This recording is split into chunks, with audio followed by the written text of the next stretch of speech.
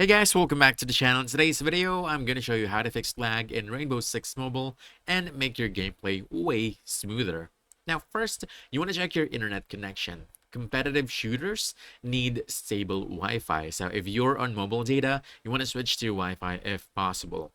And move closer to your router if you can. Stop other downloads or streaming in your house, and please restart your router if your ping is unstable. High ping causes rubber banding, delayed shots, and freezing. Next, you want to lower your graphics settings. So just simply go to your settings, then graphics, reduce the graphics quality to medium or low, and lower your FPS cap to 30 or 60 instead of max. Lower settings mean less strain on your phone and smoother gameplay. Also, you want to close all background apps. Apps like YouTube, TikTok, or Chrome use up RAM and CPU, so clear everything before launching the game so it gets full performance priority.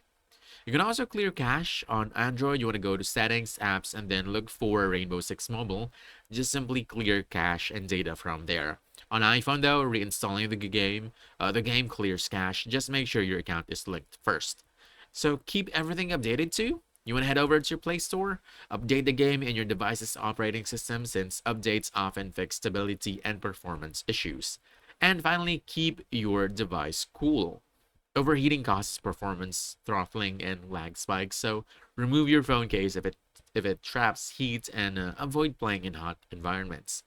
So again, to fix lag, you want to improve your internet, lower graphics, close background apps, clear cache, update everything, and keep your phone cool.